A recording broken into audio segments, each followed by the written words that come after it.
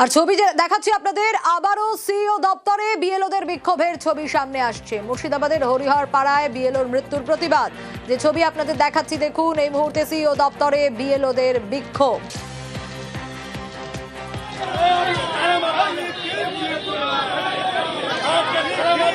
BLO অধিকার মঞ্চের তরফ থেকে বিক্ষোভ দেখানো হচ্ছে, যে ছবি আপনারা দেখছেন।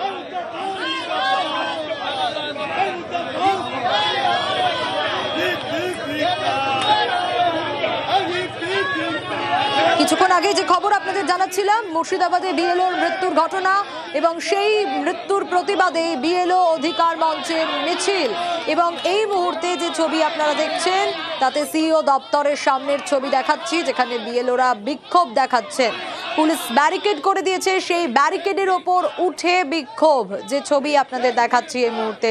বিএলও অধিকার মঞ্চের তরফ থেকে বিক্ষোভ দেখানো হচ্ছে।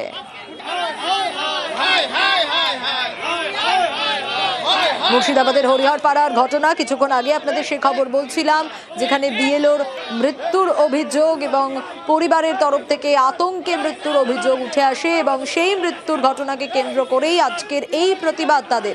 এখনকার ছবিটা ঠিক কি সার্নিকের কাছ থেকে জানতে পারবো। সার্নিক, এখন কি অবস্থা, কি পরিস্থিতি? একটু আগে পর্যন্ত এই বিক্ষোভকে কেন্দ্র করে উত্তেজনার ছবি নজরে পড়ছিল। ডালাউটিতে যে রাজ্যের মুখ্য নির্বাচনী আধিকারিকের দপ্তর রয়েছে তার ঠিক সামনেই বিএলও অধিকার রক্ষা কমিটির তরফে আজকে তাদের পূর্ব ঘোষিত একটি কর্মসূচি ছিল, যেখানে তারা আজকে রাজ্যের মুখ্য নির্বাচনী আধিকারিকের কাছে রাজ্যের বিভিন্ন জায়গায় যে বিএলওদের মৃত্যু ঘটছে কাজের চাপে, সেই প্রতিবাদ জানাতে তারা আসবেন বলে তারা স্থির করেছিলেন। কিন্তু আজকে মুর্শিদাবাদে 58 বছর বয়সী মায়া মুখোপাধ্যায়ের মৃত্যুর পর আজকে তারা সেই কর্মসূচি নেন এবং সেই কর্মসূচিতেও আজকে কিন্তু একেবারে যে ছবি দেখা গেল, উত্তেজনার ছবি। ব্যারিকেড করে পুরোপুরি ঘিরে দেওয়া হয়েছিল রাজ্যের মুখ্য নির্বাচনী আধিকারিকের দপ্তরকে এবং তারপরে সেই ব্যারিকেডের উপর উঠে আজকে বিক্ষোভ দেখান বিএলও অধিকার রক্ষা কমিটির তরফ থেকে। একটু জানতে চাইবো, এখন ঠিক কি পরিস্থিতি? দেখো, এখন ইতিমধ্যেই সেই কর্মসূচি তারা শেষ করেছেন। ব্যারিকেড করা থাকায় তারা ভেতরে প্রবেশ করতে পারেননি, তবে তারা তাদের এই আন্দোলন তারা চালিয়ে যাবেন এই হুঁশিয়ারি তারা দিয়ে তারা আজকের মতো কর্মসূচি শেষ করেছেন। ওকে ওকে, বেশ।